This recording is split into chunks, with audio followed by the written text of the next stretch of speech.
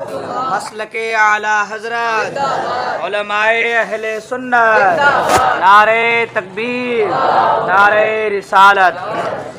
ماشاءاللہ۔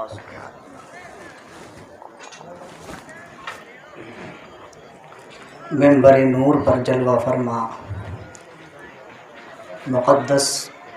و معظم علماء کرام اور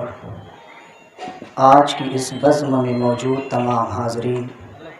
السلام علیکم ورحمۃ اللہ وبرکاتہ۔ الحمد للہ نحمدہ ونستعینہ ونستغفرہ ونؤمن بہ ونعوذ باللہ من شرور انفسنا ومن سیئات اعمالنا، من یهد اللہ فلا مضل لہ ومن يضلله فلا هادي له، ونشهد أن لا إله إلا الله وحده لا شريك له، ونشهد أن سيدنا ومولانا محمدا عبده ورسوله، فقد قال الله تبارك وتعالى في القرآن المجيد والفرقان الحميد: أعوذ بالله من الشيطان الرجيم، بسم اللہ الرحمن الرحیم، الہاکم التکاثر حتی زرتم المقابر، صدق اللہ العظیم وبلغنا رسولہ النبی الامین المکین الکریم، لمن الشاہدین والشاکرین والحمد للہ رب العالمین۔ آئیے کچھ عرض و معروف سے قبل ہم اور آپ مل کر انتہائی خلوص و محبت کے ساتھ غمت خضرا کی جانب لو لگا کر حضور آقا نامدار مدینے کے تاجدار، ہم غریبوں کی غم گسار، جناب رحمت مجتبی محمد مصطفیٰ علیہ تحیت و ثنا صلی اللہ تبارک و تعالی علیہ وسلم کی بارگاہ میں درود پڑے، اس نبی کی بارگاہ میں کہ جن کے صدقے میں زمین کا فرش بچھایا گیا، وہ نبی کے جن کے صدقے میں آسمان کا شامیانہ لگایا گیا، وہ نبی پاک صلی اللہ علیہ وسلم جن کے صدقے میں صدیق اکبر کو صداقت کا مرتبہ ملا، عمر فاروق کو عدالت کا مرتبہ ملا، عثمان غنی کو سخاوت کا مرتبہ ملا، حضرت علی کو شجاعت کا مرتبہ ملا، وہ نبی الحرمین علیہ الصلاۃ والتسلیم کے جن کے صدقے میں 10 صحابہ کو دنیا ہی میں جنت کا مزدہ ملا، وہ نبی پاک صاحب الاولاق صلی اللہ تعالی علیہ وسلم کی جن کا وجود مسعود باعث تخلیق کائنات بنا، جن کی شایان شان میں رب کائنات یوں ارشاد فرماتا ہے: ان اللہ وملائکتہ یصلون علی النبی یا ایھا الذین آمنوا صلوا علیہ وسلموا تسلیما، اللهم صل علی سیدنا مولانا محمد معادن الجود والکرم وآلہ واصحابہ وبارک وسلم۔ رسول برکت کے لیے مدعو پڑھیں: اللهم صل صلاۃ کاملہ وسلم سلاما تاما علی سیدنا محمد الذی تنحل به العقد تنفرج به الكرب وتقضى بالحوائج تنال به الرغائب وحسن الخواتم ويستسقى الغمام بوجهه الكريم وعلى آله وأصحابه في كل لمحة ونفس بعدد كل معلوم لك يا الله يا الله يا الله۔ حضرات، یہاں اسٹیج پر الحمدللہ اپنے وقت کے ذی علم ذی فضل علماء کرام موجود ہیں، جو کہ علم کے معاملے میں میرے علم مربی اور مشفق اساتذہ کی حیثیت سے ہے۔ اگر مجھ سے کوئی غلطی ہو تو میری اصلاح فرمائے۔ میں ان کے سامنے ایک طفل نادان کی حیثیت سے، ایک شاگرد کی حیثیت سے آپ لوگوں کے سامنے کلام کے لیے چند باتیں کے لیے چاروں نہ چار حاضر آیا ہوں۔ اللہ تبارک و تعالیٰ نے قرآن پاک میں ایک سوال قائم فرمایا۔ اللہ ارشاد فرماتا ہے: یا ایھا الانسان ما غرک بربک الکریم سبحان اللہ. اے انسان، کس چیز نے تجھے اپنے کریم رب سے غافل کر رکھا ہے؟ وہ کون سی شے ہے جس نے تجھے اپنے ایسے مہربان رب سے دور کر رکھا ہے؟ اب خود ہی جواب دے کر ارشاد فرماتا ہے، الہاکم التکاثر حتی زرتم المقابر. تمہیں غافل کر رکھا مال کی زیادہ طلبی نے، یہاں تک کہ تم نے قبروں کا منہ دیکھا. کہ تم مال حاصل کرنے کی طلب میں، دنیا کے حرص طمع اور لالچ میں اس قدر غافل ہو چکے ہو کہ اپنے مہربان رب سے تم دور ہو چکے ہو. پھر رب کائنات نے انسان کو تنبیہ فرمائی اور فرمایا کہ جس مال کے لیے تو مجھ سے غافل ہو بیٹھا ہے اس کی حقیقت بھی جانتا ہے. انما اموالکم واولادکم فتنہ. یہ تیرا مال جس کے لیے تو مجھے چھوڑ بیٹھا ہے تیرے لیے فتنے کا سبب ہے. تیرا یہ مال اور تیری اولاد جس نے تجھے مجھ سے دور کر رکھا ہے یہ تیرے لیے فتنے اور بربادی کا سبب ہے. اور جو فتنے میں مبتلا ہو جائے وہ گناہوں میں مبتلا ہوا. جو گناہوں میں مبتلا ہوا رب نے فرمایا ان بطش ربک لشدید. پھر ایسوں کے لیے میرا عذاب بڑا دردناک ہے. پھر ان کے لیے عذاب شدید ہے کہ جب تک میں نے ڈھیل دے رکھی ہے میری رحمت ہے، لیکن جب میں اپنی رسی کو کھینچوں گا تو پھر تو دیکھے گا کہ میرا عذاب کتنا دردناک ہے. آج میں نے آیت کریمہ کی تلاوت سے اپنے آپ اور آپ تمام کو مشرف کیا. رب کائنات ارشاد فرماتا ہے الہاکم التکاثر حتی زرتم المقابر.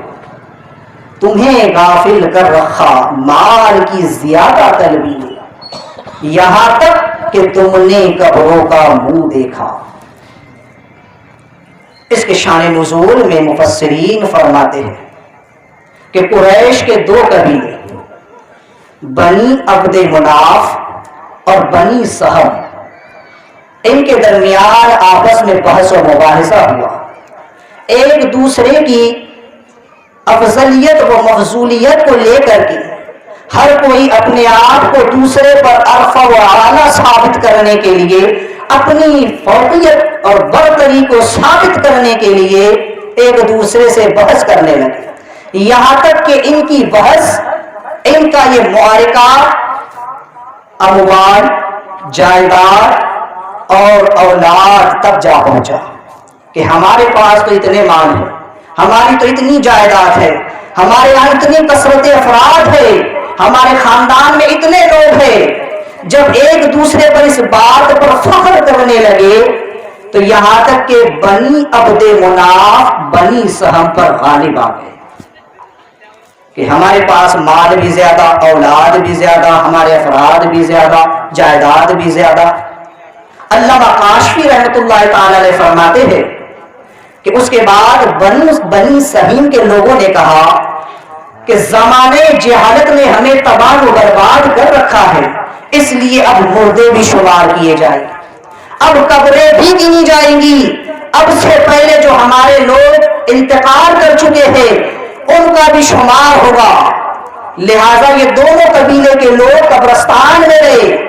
اور قبروں کو شمار کرنا شروع کیا. یہ قبر تمہارے والے کی، یہ قبر میرے والے کی، یہ تمہارے قبیلے والے کی، یہ میرے قبیلے والے کی، یہ تمہارے خاندان کا شخص، یہ میرے خاندان کا شخص. یہاں تک کہ اب بنی سہم کے لوگ بنی عبد مناف پر غلبہ حاصل کر گئے. ان کی اس احمقانہ حرکت پر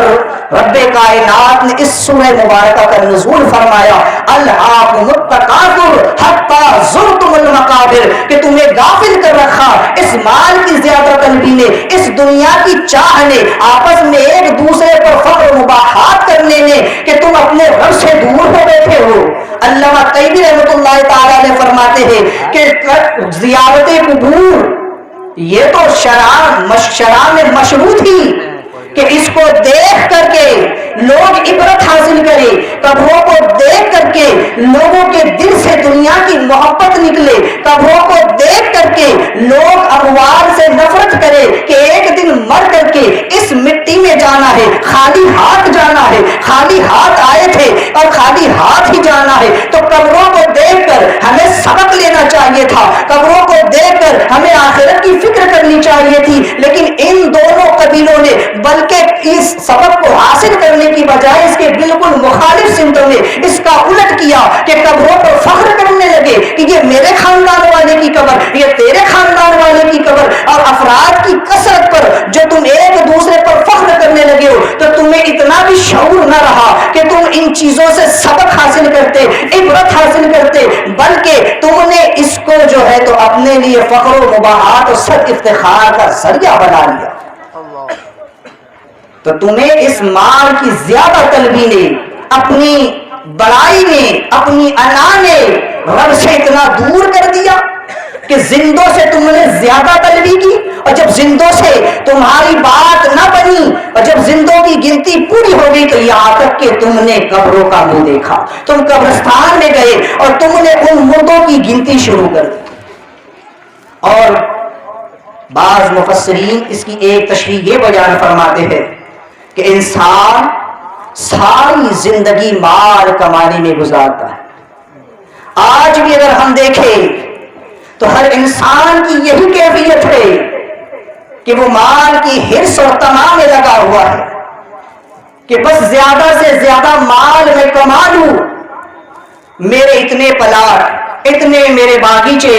اتنے ملے، اتنے کھیت کھلیان، اتنی زمینیں، اتنی جائیداد، اتنی اولاد، اتنے افراد۔ انسان آج اسی میں لگا ہوا ہے کہ زیادہ سے زیادہ مال کو جمع کر سکے اور لوگوں پر فخر کر سکے کہ میں اتنا امیر ہوں، میں اتنا بڑا انسان ہوں۔ اور اس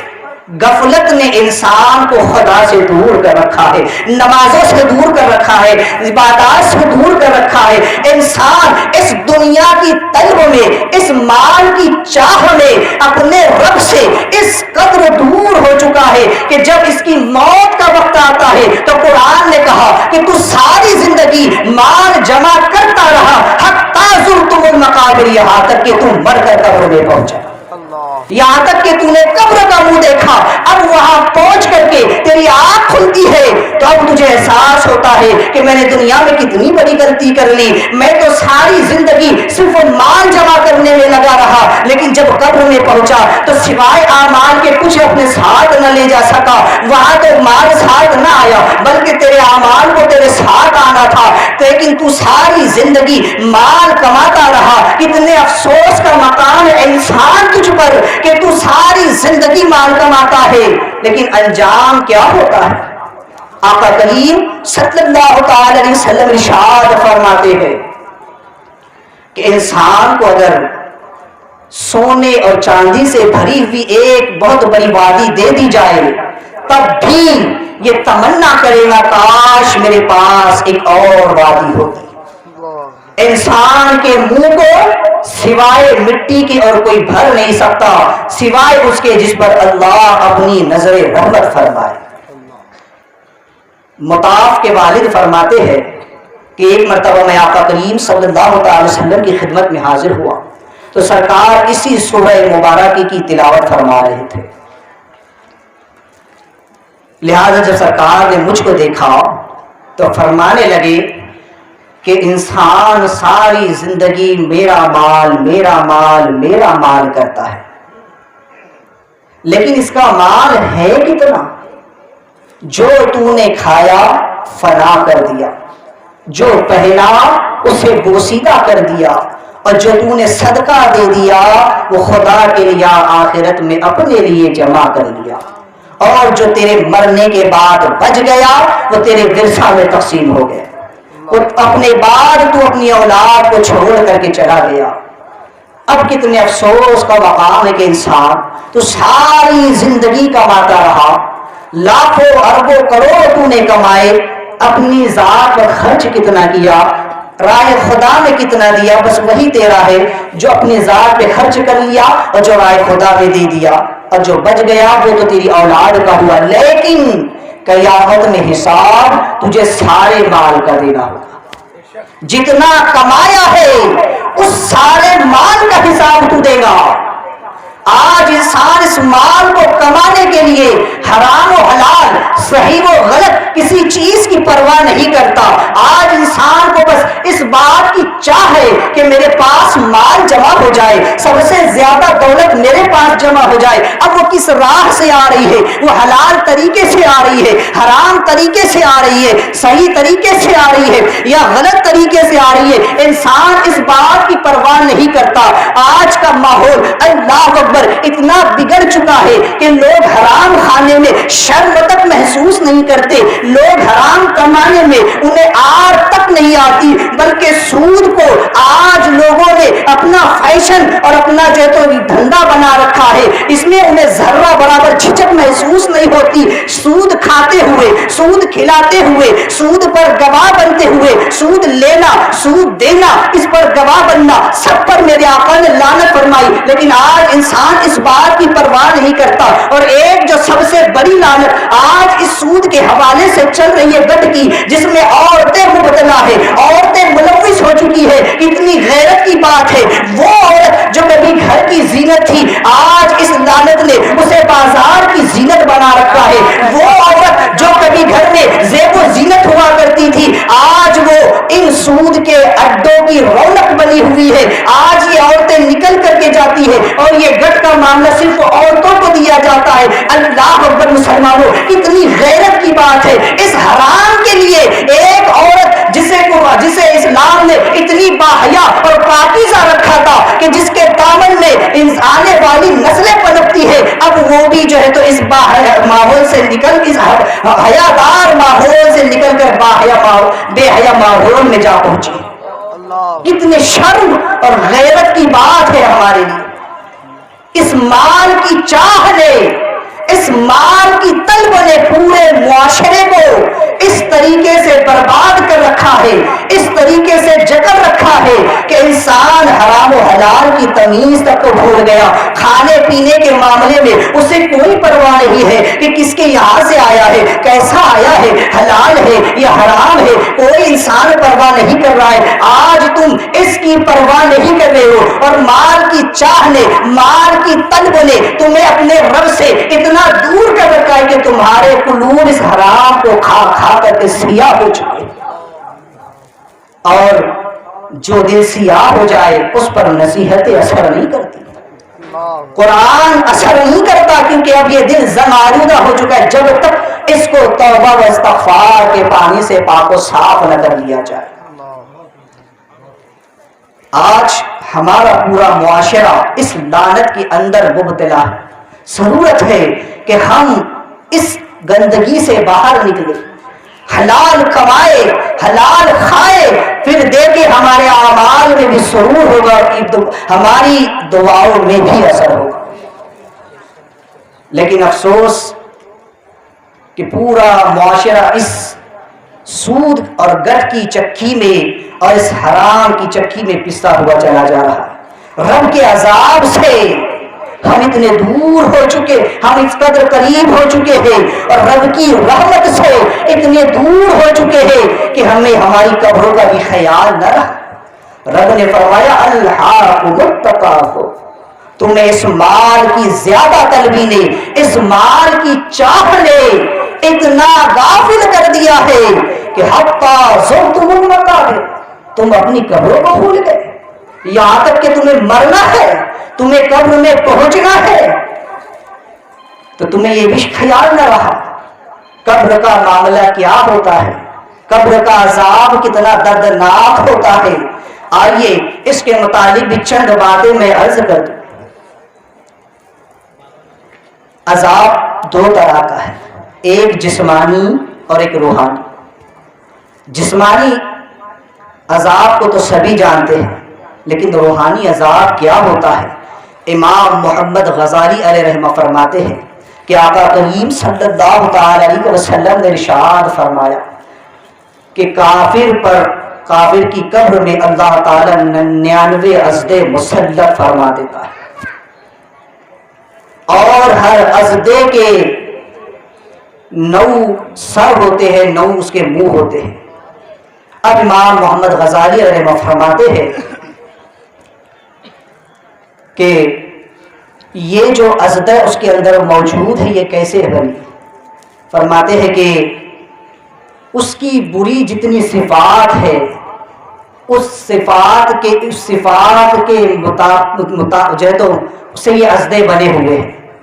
اس کافر کے اندر، چونکہ کافر اپنی پوری زندگی کو دنیا کے حوالے کر دیتا ہے، مسلمان چونکہ شریعت کے دائرے میں ہوتا ہے، مسلمان شریعت کی قید میں ہوتا ہے، اس لیے کافی حد تک یہ بچ جاتا ہے۔ لیکن کافر کا ذکر اسی لیے ہوا کیونکہ وہ شریعت کے دائرے سے باہر ہے، پوری دنیا کے لیے اس نے اپنے آپ کو وقف کر دیا ہے، اس لیے اس کا ذکر کرتے ہوئے آقا نے فرمایا، امام محمد غزالی فرماتے ہیں کہ اس کی صفات کے مطابق اس کے سر ہوتے ہیں، اور جتنی بری اس کی اندر عادتیں ہوتی ہیں اتنے ہی اس کے سر ہوتے ہیں، اور دنیا کی مال کی محبت اس عزدے کا اصل خمیر ہوتی ہے۔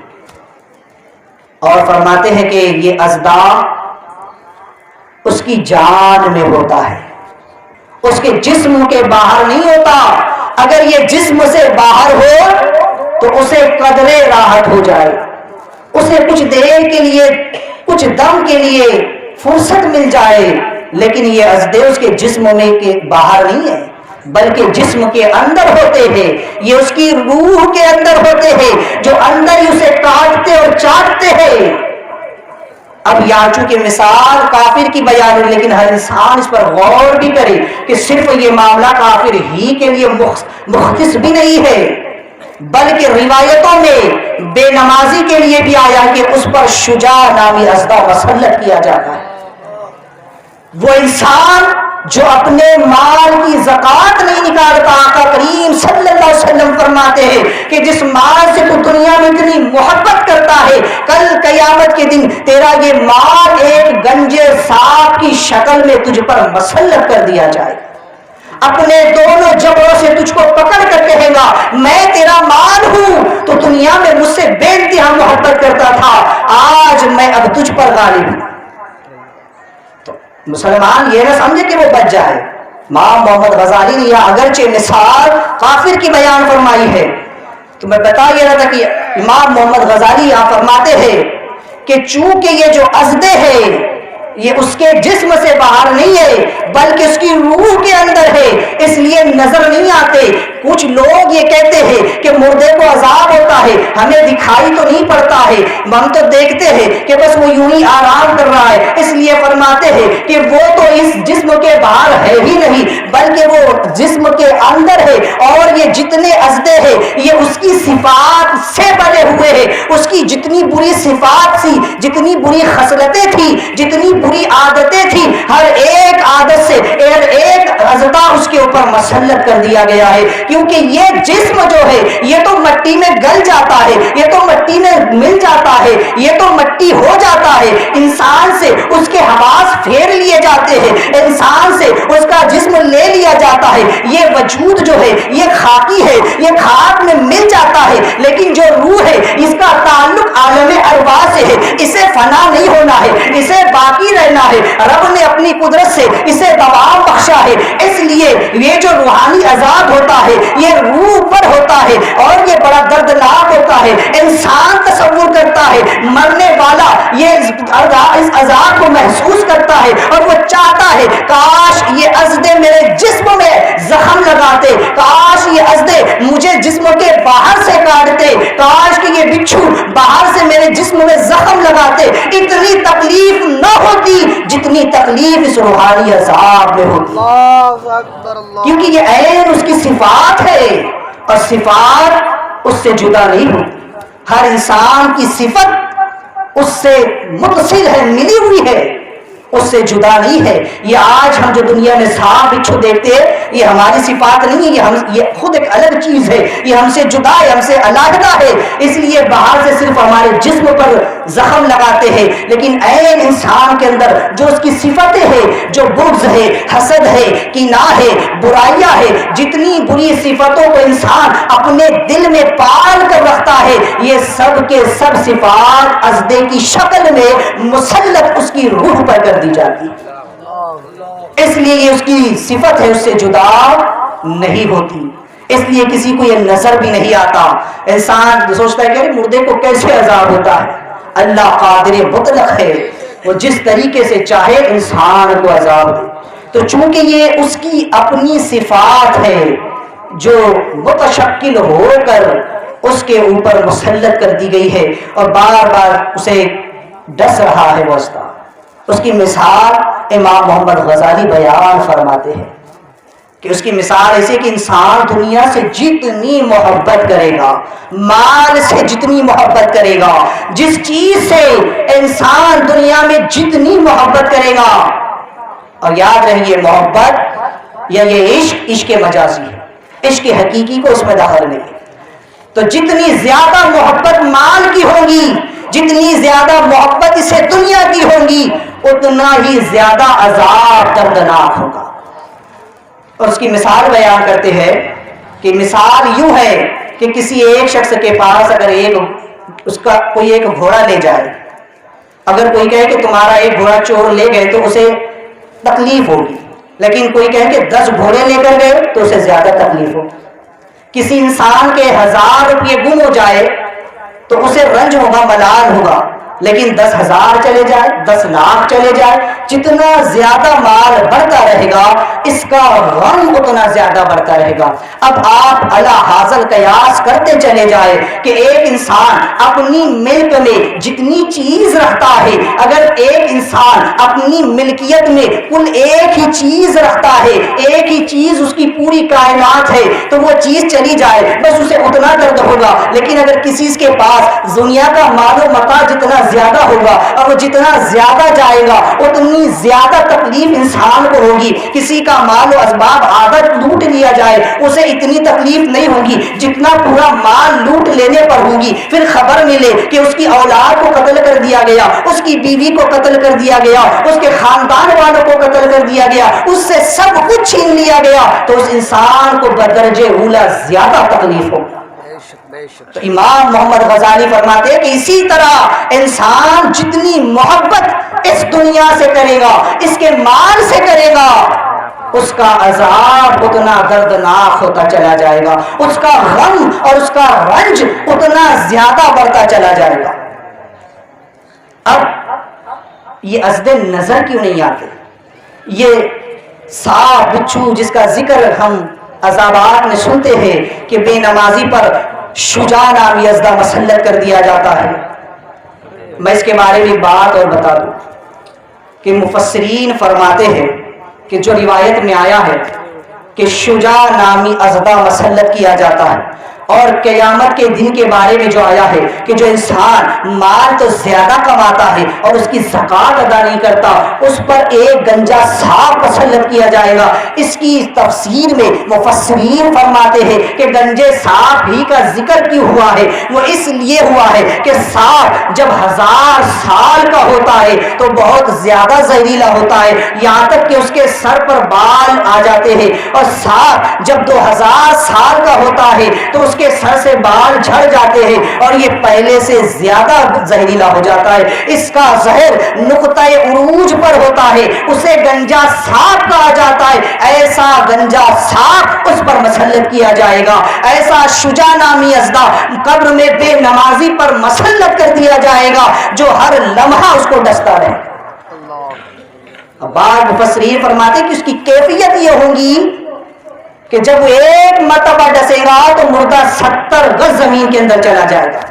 اور ایک مرتبہ ڈسنے کی وجہ سے مردہ 70 سال تک اس کی تکلیف کو محسوس کرتا رہے گا. اور فرماتے ہیں مفسرین کہ اس کے ڈسنے کا معاملہ یہ ہوگا کہ اگر اس نے جس وقت کی نماز چھوڑی ہے اس نماز کے پورے وقت میں اس کو ڈستا رہے گا. تو اب ایسا گنجا سانپ جب مسلط ہوتا ہے تو نظر کیوں نہیں آتا؟ انسان اگر کسی کے بھی ہم قبر کو بعد میں کھول کر دیکھے تو اس کی قبر تو مٹی ہو جاتی ہے، پھر یہ نظر کیوں نہیں آتی؟ اس کی مثال امام محمد غزالی علیہ رحمہ نے بڑی پیاری بیان فرمائی۔ وہ فرماتے ہیں کہ جس طریقے سے ایک شخص سویا ہوا ہے اور دوسرا شخص اس کے پاس بیٹھا ہوا ہے، وہ سونے والا شخص خواب دیکھتا ہے کہ خواب میں ایک سانپ اس پر حملہ کر رہا ہے، اس کو ڈس رہا ہے، وہ اس سانپ کو بھی دیکھتا ہے، اس کے ڈسنے کی تکلیف کو بھی محسوس کرتا ہے، اس کے زہر کے اثر کو بھی محسوس کرتا ہے۔ اس شخص پر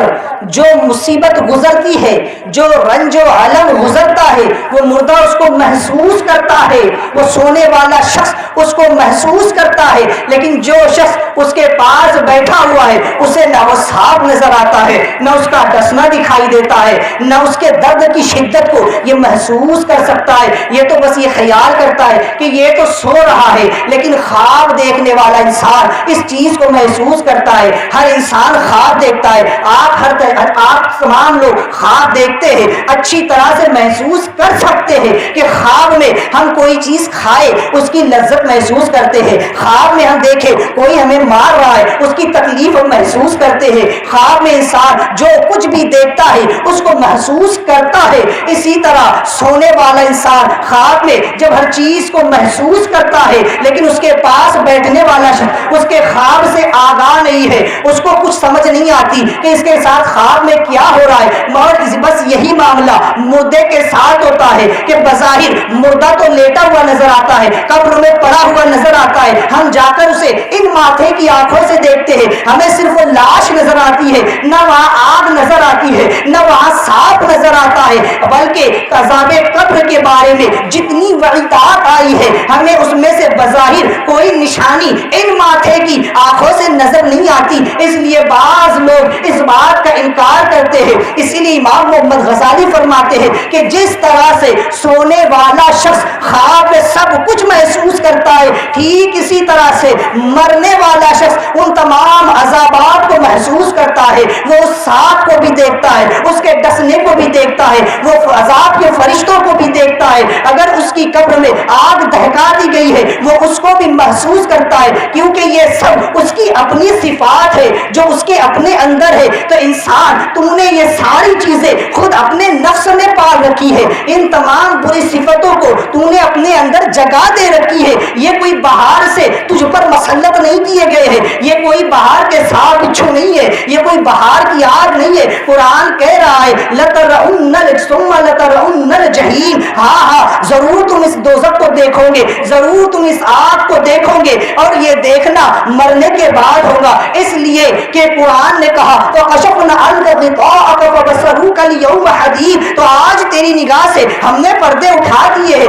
آج تیری نظر بڑی تیز ہے، آج تو وہ سب کچھ دیکھے گا جسے میرے حبیب نے بیان کیا تھا۔ یہ سارے عذابات چونکہ تیرے اپنے نفس کے اندر ہے، تو جس طریقے سے سونے والا خواب میں سب کچھ دیکھتا اور محسوس کرتا ہے، مرنے والا اس سے بدرجے اولا زیادہ دیکھتا ہے، اسی لیے نیند کو خواب کی نیند کو موت کی چھوٹی بہن کہا گیا، اس لیے کہ سونے والا جلدی جاگ جاتا ہے اور اس عذاب سے چھوٹ جاتا ہے، لیکن مرنے والا جاگتا نہیں ہے، اب اسے نکل کر قبر سے نہیں آنا ہے، اب اسے تو محشر میں جاگنا ہے، جب تک قبر میں پڑا رہے گا اسی عذاب میں مبتلا رہے گا،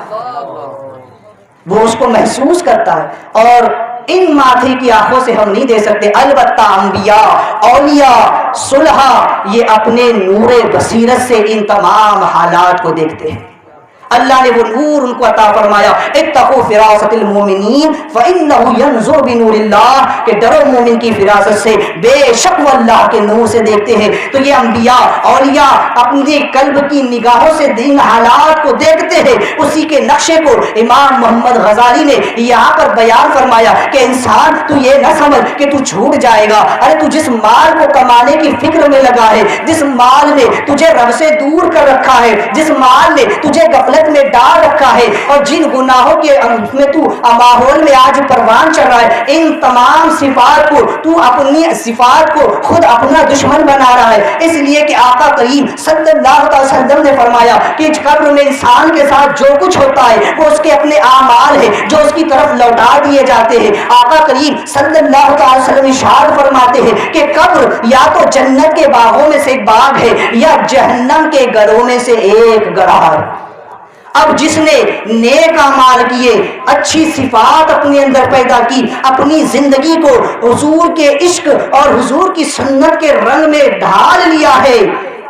اس کی قبر جنت کے باغوں میں سے ایک باغ ہوگی۔ اس کے نیک صفات وہ یاسمین و نسرین کی طرح پھول کی طرح کھل کر کے آئیں گے، اور اس کی قبر جنت کے باغوں میں سے ایک باغ ہوگی۔ اور جس نے برے اعمال کیے ہیں، اس کے برے اعمال اسی طریقے سے سانپ، بچھو اور آگ کی شکل میں متشکل ہو کر اسی پر مسلط کر دیے جائیں گے۔ یہ شہوت کی آگ بھی بڑی خطرناک ہوتی ہے، جس میں آج پورا معاشرہ لپٹا ہوا ہے۔ امام رومی فرماتے ہیں کہ شہوت کے سانپ کو ابتدائی میں کچل ڈال، ورنہ ایسا ہوگا کہ جب یہ جوان ہوگا تو تجھ کو نگل لے گا۔ آج ہم دیکھ رہے ہیں کہ پورا مسلم معاشرہ اس شہوت کی آگ میں لپٹا ہوا ہے، پورا مسلم معاشرہ اس سانپ کی جکڑ میں آ چکا ہے۔ اس شہوت کی آگ نے، اس ہوس کی آگ نے اور دیگر گناہوں نے مسلمانوں کو اس قدر جو ہے تو اپنے اندر جکڑ رکھا ہے کہ یوں سمجھیے